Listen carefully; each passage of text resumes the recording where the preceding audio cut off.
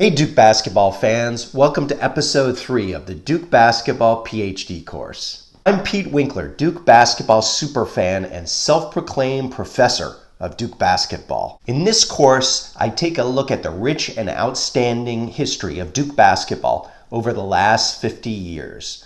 I analyze today's season's team and players and look at them in the historical context compared to past great Duke basketball teams and players. Before I dive into today's episode, can I please ask you to press the like button, subscribe to my channel, and be on the lookout for future episodes. Since our last episode, Duke basketball has had 2 more great wins.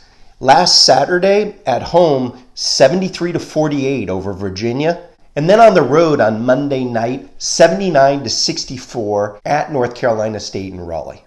At this point, as we near the end of the ACC regular season, Duke's in-conference record stands at 15-4, a game behind North Carolina, which is leading the ACC at 16-3. Duke is at 24 wins and 6 losses overall and currently projects as a number 3 seed in ESPN's bracketology. Duke's regular season ends with the twice-annual slugfest game against rival North Carolina at home in Cameron this Saturday, followed by the ACC tournament next week, where Duke will have a double bye in the tournament. Last Saturday, Duke played a great game and beat down Virginia at home in Cameron by 25 points.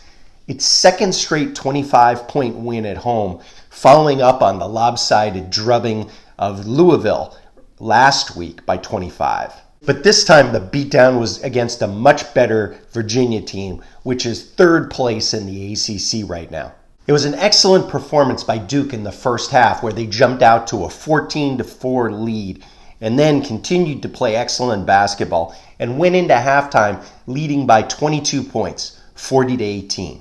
Then Duke opened strong in the second half, and by the time they led 52-27 with 16 minutes remaining, the game was all but over. Duke was led by sophomore Kyle Filipowski, who scored 21 points on 9 of 14 shooting. I was very pleased to see that Kyle operated down low rather than out beyond the arc for most of the game, and the majority of his points were scored on the interior. Guard Tyrese Proctor chipped in with 15 points, and forward Mark Mitchell had 10 points. Duke's record improved to 32 wins and 3 losses in games where Mark scores in double figures. A great bellwether for Duke's success in those games. On Monday night of this week, Duke handled North Carolina State 79-64 at PNC Arena in Raleigh. An excellent performance by Duke on the road with only 1 day of rest after the Virginia game. Duke had a poor start out of the gate, with NC State taking a 9-0 lead. However, Duke scored the next 11 points in the contest, going up 11-9. Overall, they outscored NC State by 33-21 for the rest of the half and went into halftime leading 33-30. For the first half, Duke shot only 29% overall from the field and a pretty bad 20% from three-point range. However, Duke was supported by excellent offensive rebounding and strong perimeter defense. The second half was a big improvement, with Duke shooting 63% from the field and overall outplaying NC State to pull away and have a commanding win, 79-64. Overall, Duke shot a solid 47% for the game. Duke also had 15 offensive rebounds, which turned into 23 second chance points, which is outstanding performance on the offensive boards. It was an excellent win on the road on 1 day's rest for our Duke team, and in a particularly tough place to play in PNC Arena in Raleigh, NC State's home. For the previous 9 games, NC State had won 6 and Duke only 3 before last night's game. In fact, NC State had beaten Duke in 6 out of the last 9 meetings in PNC Arena before that last game. Duke freshman power forward Sean Stewart played his best game of the season in the NC State game, scoring 12 points and pulling down 5 rebounds, including 4 offensive rebounds. Sean also had 3 blocks, 2 assists, and 2 steals in 26 minutes of action, and at times he was dominant out there in the court. As legendary announcer Dick Vitale would say, "Sean Stewart was a stat sheet stuffer last night, baby!" Sean's outstanding performance in the NC State game may have come as a surprise to casual observers of Duke basketball. But to those who've been following the team closely over this season, it wasn't a surprise at all.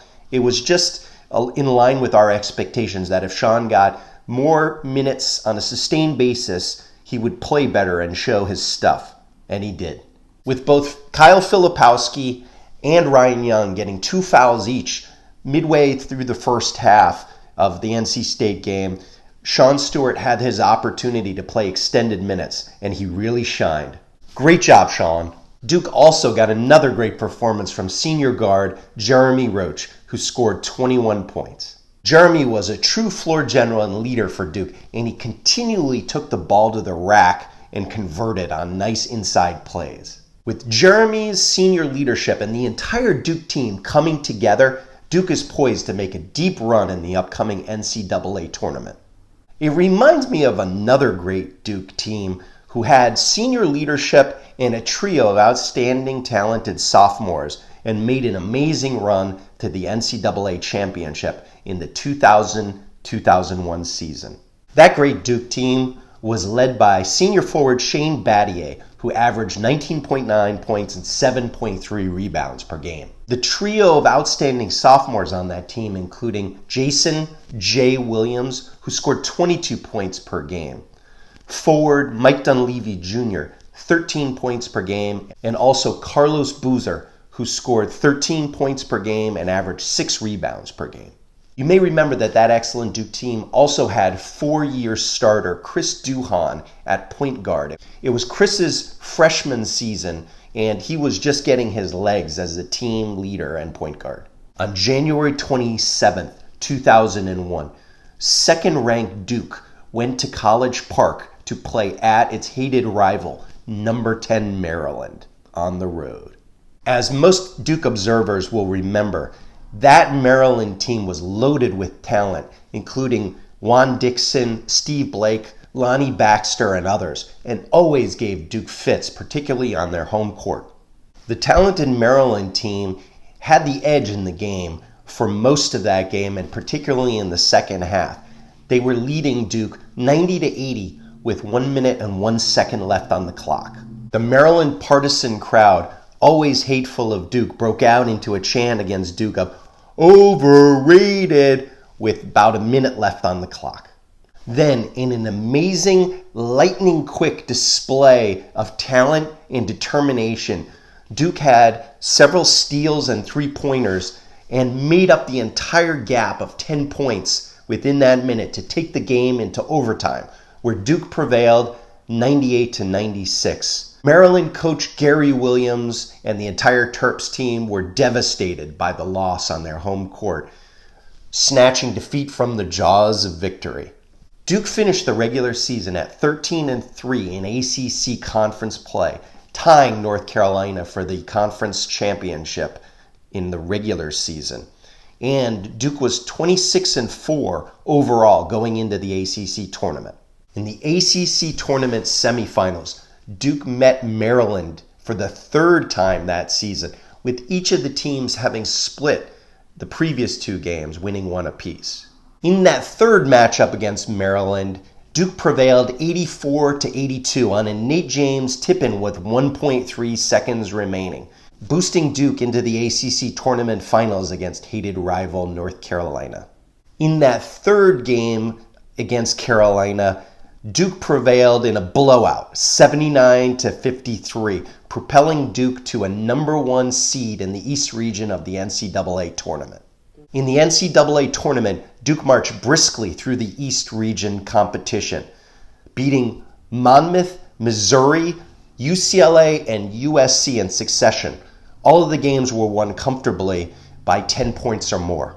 They earned a berth in the NCAA tournament semifinals in Minneapolis, facing up against Maryland for the fourth time that season, this time with enormously high stakes.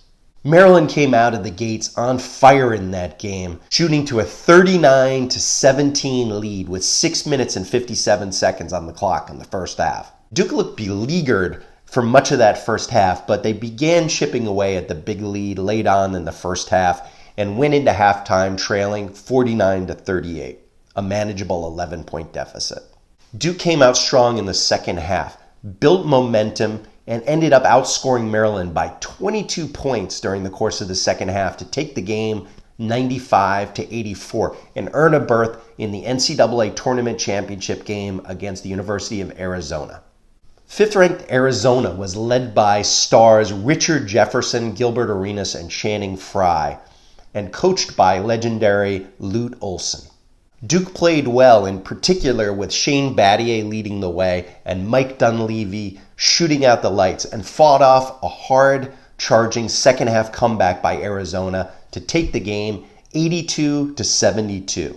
It was Coach K and Duke's third national title win in 10 years, cementing Duke's reputation as the leading program in college basketball. Shane Battier was named the most outstanding performer in that year's NCAA tournament.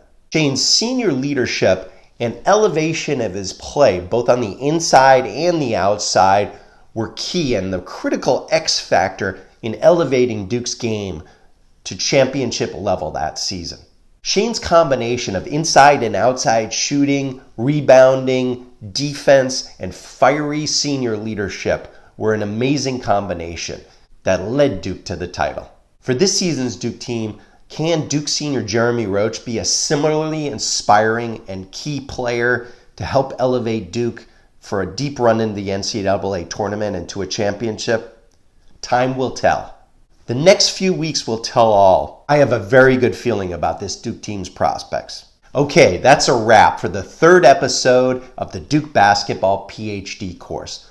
Please can I ask you to press the like button, subscribe to my channel, and be on the lookout for upcoming videos. This Friday, I'll be airing a special episode focused on the Duke versus North Carolina basketball rivalry in anticipation of our Saturday home game against the hated Tar Heels. Oops, did I say that? I anticipate a great performance and a solid win by Duke in that game. Go Duke!